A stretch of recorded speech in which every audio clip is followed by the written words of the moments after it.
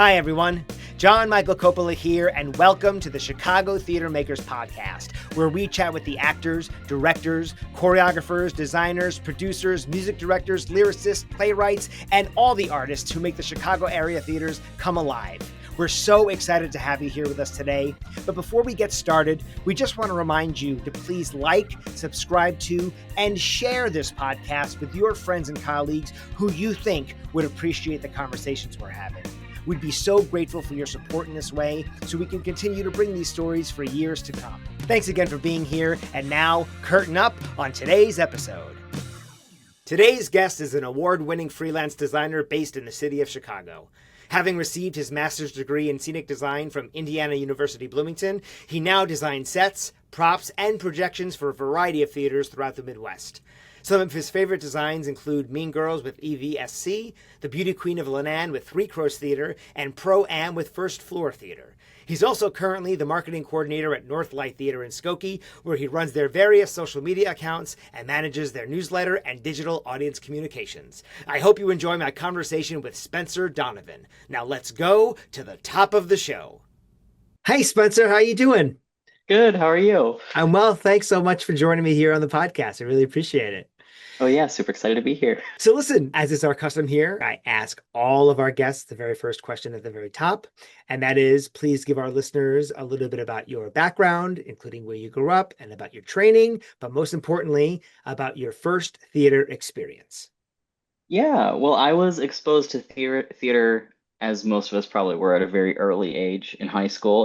I was growing up in a really small town in Wisconsin, and my high school's theater department was basically what us kids could put on stage. We had like one faculty support, so we didn't really have sets. It was like chairs. I didn't know lighting design existed. It was like in my high school, it was lights on, lights off. Yeah, yeah. And then I got into a community theater production, and they had real sets and real lights. And I was like, oh, theater can be a lot more complicated. And so I decided that I was going to go to the big city of Chicago for college and study theater there. So I went to Loyola University in That's Rogers cool. Park, Yeah. got my theater degree there. And while I was there, I acted a little bit, but I really fell in love with design because, like I said, in high school, we didn't have that. Had no idea Right. that that was such a big element of performance.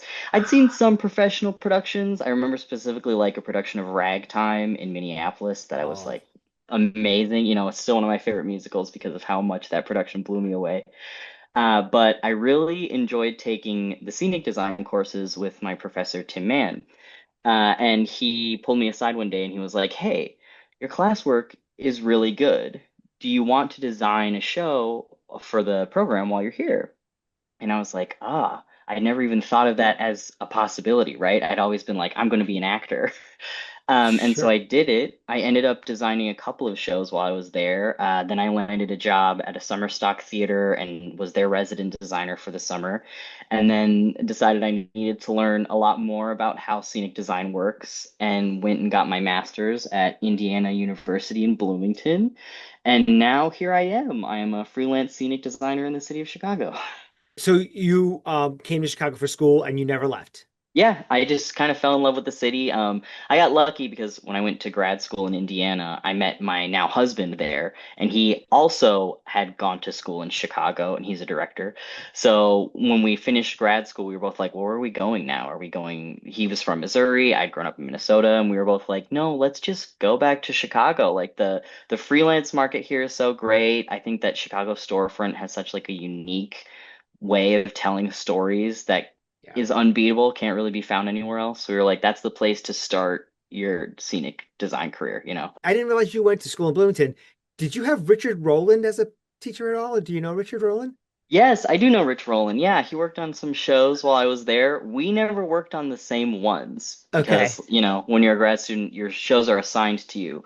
So, but Gotcha. he and I worked on some props for his productions. Yeah. So Richard is a good friend of mine and my wife's. He Oh, uh, crazy. he did the national tour of Thoroughly Modern Millie with my wife. Oh, Um, that's amazing. yeah, in fact, he took over for another now good friend of ours, Joey Swords. Joey was the Jimmy on the tour. Actually, he was the second Jimmy on the tour. And then when he took over, we were in the middle of LA, and we would have dinner with Joey every night out on the al fresco at the Amundsen Center. And then when Rich came into the show, Joey said, "Okay, part of your track is you have to have dinner with Rachel and John before the performance." And we did, and it was a lovely time. And I see his posts all the time. Has the Scruffy Chef on Instagram. I don't know if you're connected with him on there. And he is like a world class chef, and he's still doing his professor life in Indiana as well.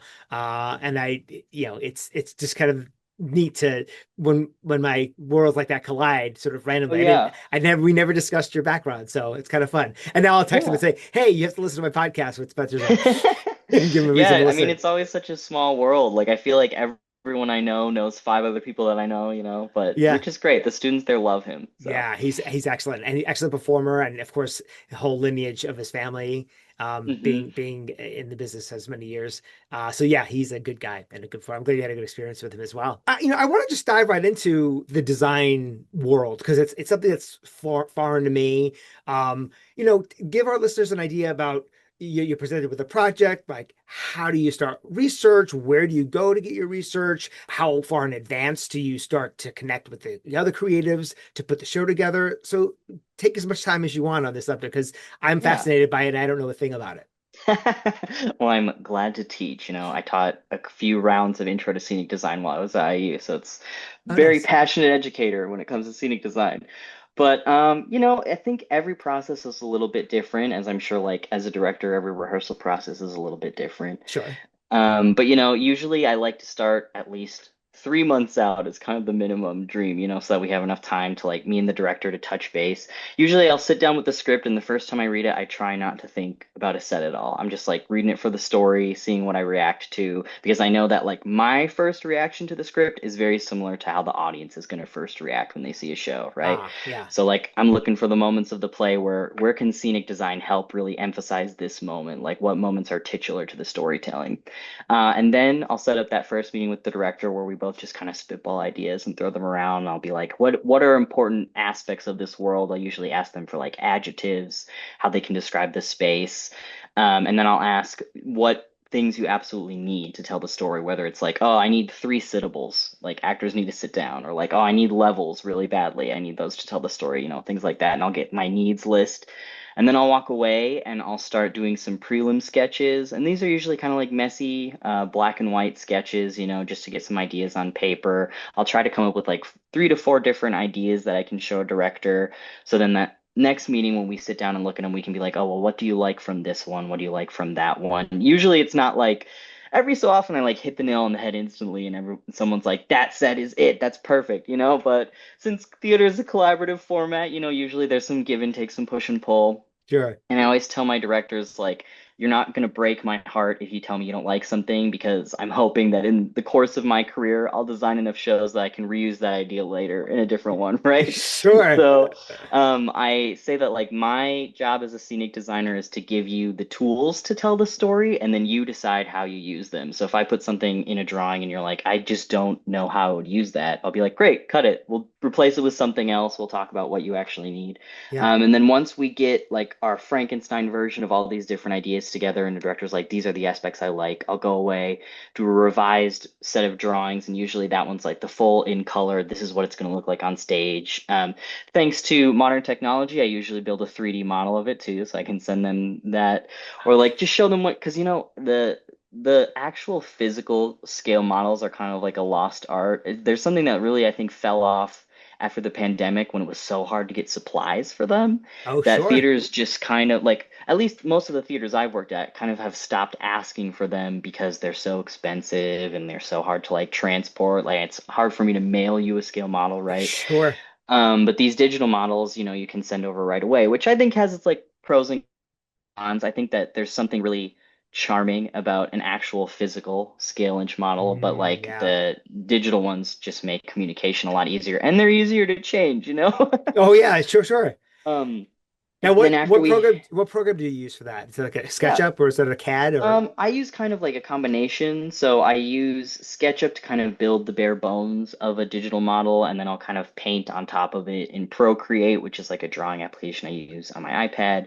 And then if I'm going to drop in a couple of lights, not too many, because you don't want any of my lighting designers to think I'm designing the show, Right. I'll drop a couple of lights in this program called Capture, which is actually a lighting design software where you can drop physical lights into the theater space and kind of aim and focus them, change the colors, all that stuff. Oh my God. I love Yeah, and then technology. I'll walk away with that. Yeah, right. It's crazy. They make things so much easier on us. Yeah. When you do the 3D model, then obviously you can rotate it and all that good stuff. How does that get transferred in order to be able to communicate to the painters and all the rest of it, all the dimensions like that? Oh Just yeah, yeah, yeah. that just kind of exports out with it. No, usually, so that's one thing that's still stuck around that I really appreciate in scenic design is we're not letting the models do totally everything for us yet. Right now, like I'll draft blueprints of the show, so it's like basically I'm taking every single set piece and drawing it from every possible angle, so my technical directors and carpenters can know all the dimensions of everything, and that'll be usually a drafting packet that's a couple of pages long. And then for my scenic artists, I'll make what's called paint elevations, which is the same thing, but everything's in color. So like a lot of the technical dimensions are stripped away and you're just seeing the textures. Sometimes it's like up close textures, like I really want this brick texture to be these colors and in this way, or things like that. But lots of deliverables as a scenic designer is what we call them. Yeah. You've been working as a scenic designer for approximately how many years now? Almost a decade, yeah, because I did some shows all the way back in 2014, and here I am now. Wow. And so, tell me about some of the shows you've done that maybe your favorites, maybe they've been the most challenging ones. Maybe give us Mhm. an answer for each. Yeah, I think my favorite show is still my graduate thesis, which, when you do like a graduate thesis, you kind of just get to like pull out all the stops and Yeah. really focus in on something that you were excited about. And plus, my husband directed it, and it was our first big show together, so it has like a special place in our heart. We have the show poster on the wall in our living room still, but it was the Gross Indecency: The Three Trials of Oscar Wilde, Oh, wow. Yeah. which is like I remember when I read the play, I went to him and I was like, hey, this show has the potential to be really dry and really boring because it's like and like I love the Laramie Project. I love the docu-theater like that, but that one is so much of like reading court records and it's all Yeah. in this heightened Victorian style. And I was like, people could really check out if we're like telling them the story, not showing it to them. So I went to him and I was like, I have this idea where instead of just telling all of these court dramas, what if like while one character is telling them, we see it reenacted behind them? And he was like, oh, well, if we do that, then that means I have to cast two Oscar Wildes because I have to cast the monologuing Oscar Wilde and I have to cast the memory Oscar Wilde. And we have to do that with all the characters. And I was like, I know, but I think it would really help keep the action rolling.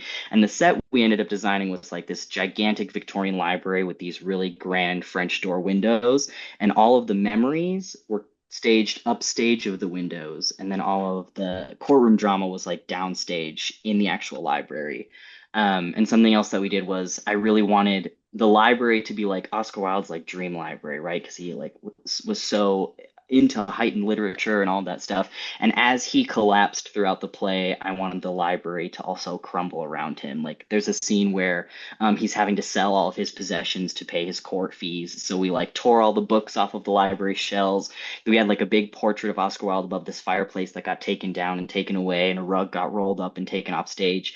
So by the end Wow. of the show, when he's like collapsing on the stand, the whole library is just like this empty shell of what it was at the beginning of the play. And it was a lot of fun. They also gave us a grant to go actually to Oxford and London and do like some site specific research of this where he went to college and things like that. So obviously, Wow. and it was really interesting because, I feel like when you're in storefront world, things are moving so fast here in Yeah. Chicago. So very rarely do I get to sit down and have like a long extended research period. And it was really interesting how like if you look at my prelim from before we went to London and then my drawings from after, the set just it did change like astronomically, just like being able to see all that actual architecture.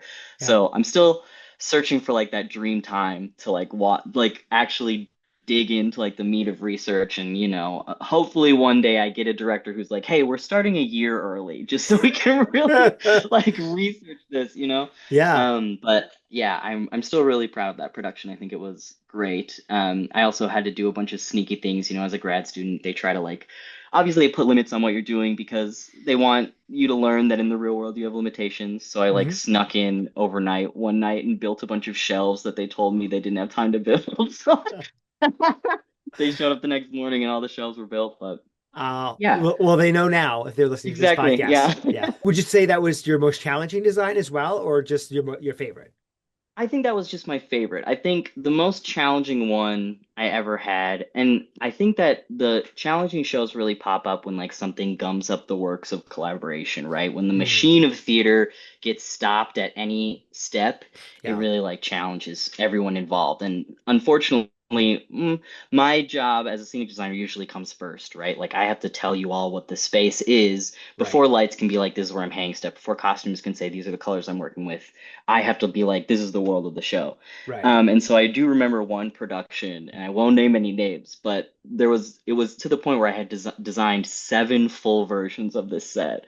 And I remember very cheekily, I would name the files like revision number 7 and send them to the director just so that they would be aware of like how far, like, and it was to the point where like the next day we had to be turning stuff into the shop. And I was like, I can't draft the show because we need to land on something.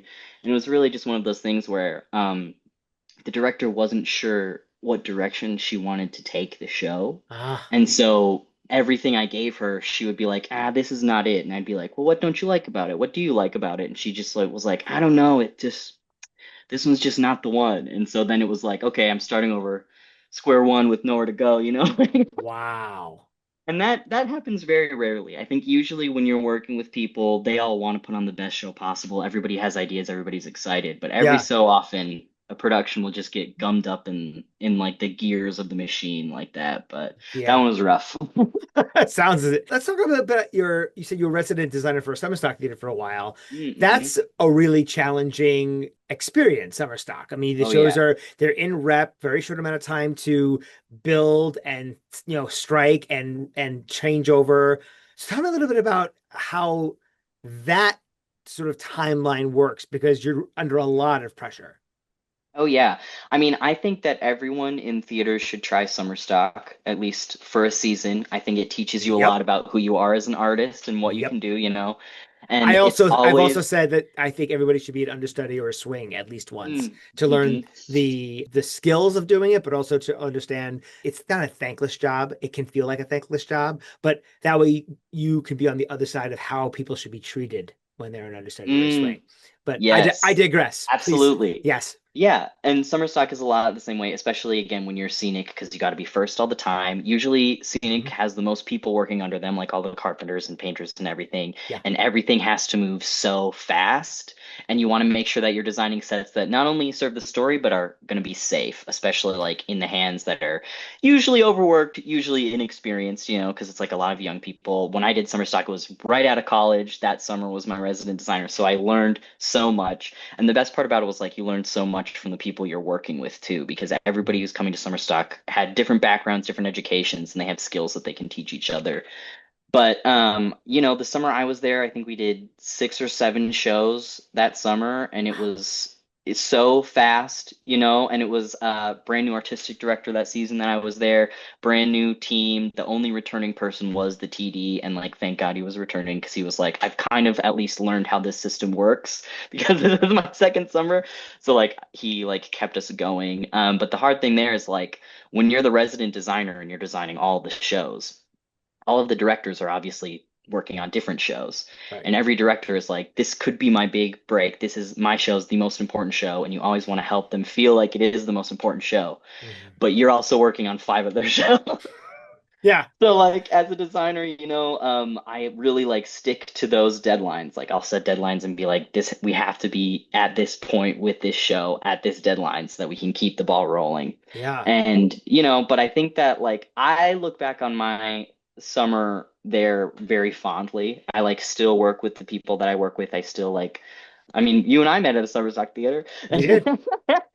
And like I still like call them up when I need someone to fill a role. Like I have a lighting designer that I always call up, my TD friend I use on different shows. So I think that it's like an invaluable experience as an artist, but it is one that will really like test your limits and like help you learn how much work you can take on at once, which I think is a valuable skill, especially when you're freelancing and you're making your own work schedule. Yeah, You need to learn what your limits are.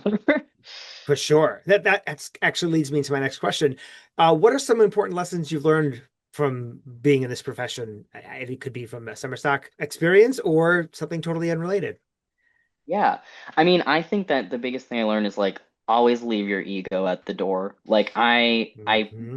pride myself on not being a designer who's like gonna lose my mind when you ask me to change something, right? If and now if we miss deadlines, then I'm gonna be like, we gotta hit this deadline. But Yeah. if you're like if a director tells me like, oh, this isn't gonna work, we have to change this, or a costume designer comes to me and is like, hey, I'd like to change this, I'd much rather be the team player, the yes-ander than the person who slows things down, you know? Yeah. And I think that you always have to remember that everyone you're working with wants this show to be the best show that it can be. So Hmm. no one's ever asking you to do something unless they like think that it would better the show, right? Yeah. So, Bravo. yeah, so it's all about collaboration, and I'll say that it took me a long time to learn that. I remember when was in grad school, the first like class projects I got, my professor would give me notes on my design. I'd be like, I don't know what he's talking about. Like this design was great. I don't know why he wants me to change it. And I slowly learned like the reason he's giving you notes is because your career is going to be getting notes for the rest of your life. So you Yeah. better be okay with it and like just learn to take it in stride and do what you can with the notes, right? Sometimes the notes might be crazy and you'll be like, ah, I would never have done that. And then you do it and you're like, oh, actually, this makes a lot of sense. When you see it in tech, you're like, I can see exactly why they asked for that, you know? So Yeah. learn to take notes is the biggest skill Yeah. that I Just learned. take the note. Exactly. Yeah, you're being given it for a reason. Yeah. I'm Yeah. sure that's true for performers and everyone who works in the field. So, 1,000%. I mean, yeah. someone's got to be sort of the arbiter and the final eye on things. And Hmm. sometimes they're warranted. Sometimes, unfortunately, it can be someone's ego or a clash of egos. Hmm. But for most of the time, I like to think that the director should have, I don't want to say the final say because everyone's got a say in the final product, but someone has to really kind of just make the final decision. And Right. unfortunately, or fortunately, that lands on the director's shoulders. Hopefully, it goes well for everybody. Right. Yeah, And a director's job is to see the whole picture. I'm only seeing the one part of it, and I can do my best to be like, this is what costume is doing, this is what the lighting is doing. But I'm also right. very focused on all that paperwork and everything that I'm making for my job, right? So I have to Exactly. trust my directors when they're like, we need to change this for this reason. So Are there any designs you've ever seen that still stick with you to this day, or that inspired you in one of your own designs, or anybody in particular that inspires you to this day, whose work inspires you? yeah, I recently saw, let me look up the designer name because I know his name. I'm gonna butcher his last name. Hold on. The Chicago production of Death Becomes Her was absolutely beautiful. And I remember watching that show because I saw the Chicago run before I went to Broadway. Yeah. I remember watching that show with my husband, and there were a few scenic transitions where I like grabbed his arm because it was just the like most gorgeous scenic transition I had ever seen. Wow, I missed it when it Um, was here. I hope to see it when oh it's. yeah. I know it's been running in New York for a while. It's on my list to see it when we get back. Yeah, okay, Derek McLean. Yes, that is the designer. Okay, great. But like that production just it has some beautiful movement to it, and I think that I always try and strive for scenic transitions to be like part of the storytelling. Like it Sure, breaks my heart when a director's like, "Oh, we're gonna do a lights up, lights down, and we're gonna keep moving." And sometimes I know that that's like the nature of the beast. That's where we're at. If we don't have any wings, how else are we gonna get stuff out there? sure. But I always try, like when I'm doing musicals, I'll send usually the team a little like video of how the pieces should move in between transitions and everything, so that they can see like this is how I imagine it. And I'll be like, you're obviously the director. If you want things to move differently, I totally understand, but this is like how I'm visualizing it. Yeah. And I think that like he did just a beautiful job of like going from scene to scene in that show that I was like stunned. Another show that I recently saw was the Tour of Company, and I really Oh liked. yeah. Yeah. That set was gorgeous, like with all the Yeah, it was different boxes, and again great set. another set that moved so well. But what I really liked was that, and me and my husband did the lottery for that one, and he actually won the night before me, and I was like in a rehearsal for a show, so he went that night, and then I went the next night, and he was like, "Hey, just so you know, I noticed halfway through that every little set box had the number 35 hidden in it somewhere, but I didn't notice until partway through the show." So see if you can spot it. And that was just so fun because then I spent the whole show doing like a seeing eye game of where I could spot like the 35s. But it was just That's such like a crazy. cute I little, saw that yeah, show. I right? didn't even notice that.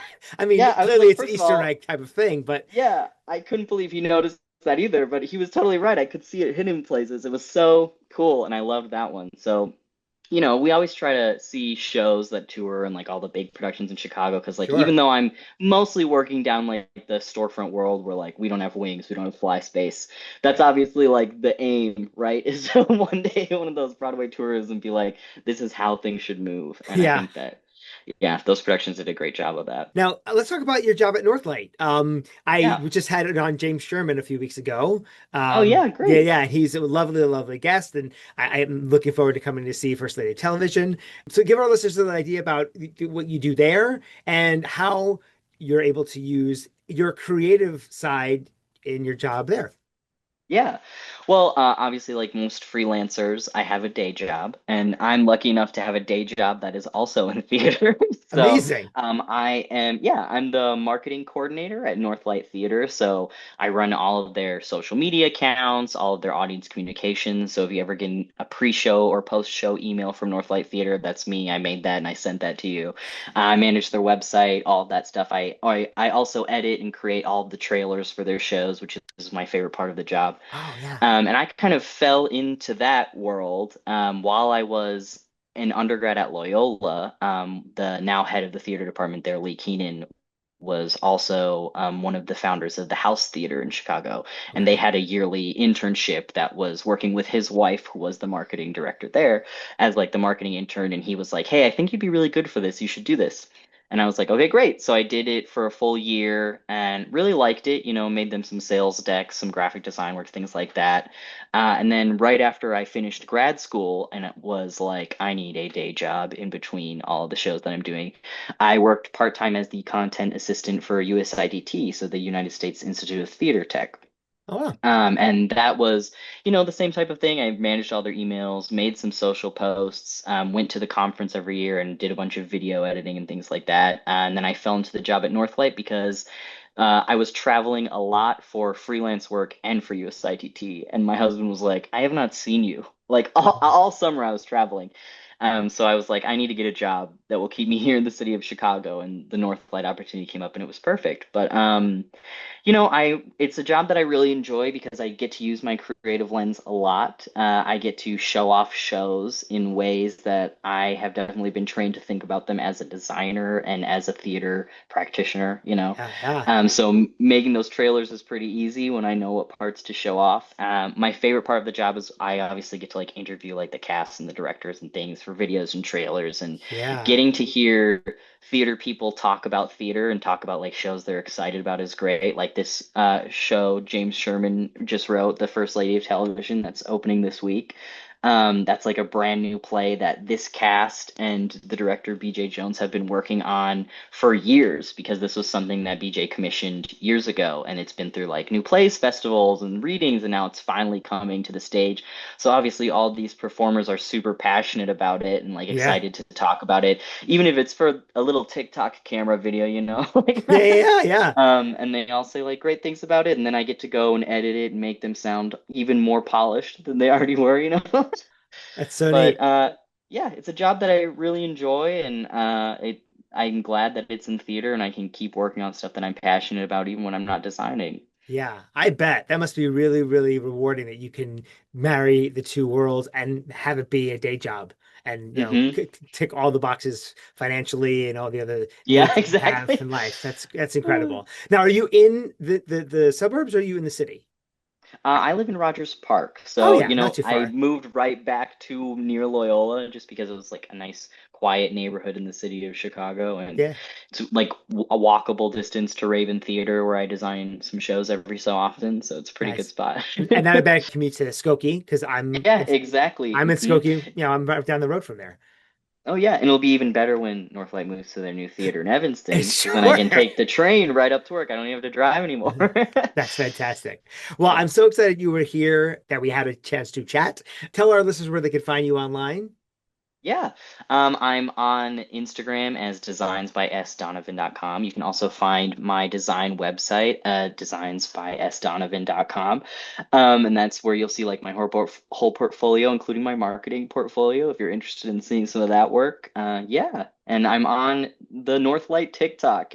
Everything that's posted on there is me. Remember, I'm the guy behind the camera. And anything else you want to promote or talk about before we wrap up? Yeah, I mean, I'm also a member of First Floor Theater. I just got invited to join that company after doing a few shows with them, and they're doing Oh, some new shows coming up here. I just opened a production at Oil Lamp Theater, side by side by Sondheim, uh-huh. and I'm also designing Gaslight for them later this year. So they're a Great. great company up in Skokie that do like really cute, intimate shows in their space, and great people that I love working with in both companies. So. Well, I hope to have people from both Oil Lamp and First Floor on the podcast. Oh, So great. Yeah. I'll get Let me those. know. I'll I reach out to will. them. Appreciate that. Thanks for joining us at the Chicago Theater Makers Podcast. Please don't forget to like, share, and subscribe wherever you get your podcasts. The Chicago Theater Makers Podcast is a production of Spirit Art LLC, and our podcast theme music is by Paul Langford. If you or someone you know would like to be a guest on the podcast, please drop us a note at our website, shytheatermakerspodcast.com. That's CHITHEATER, makers with an S, podcast.com. We hope you enjoyed spending time with us as much as we enjoyed spending it with you, and we'll see you on the board soon.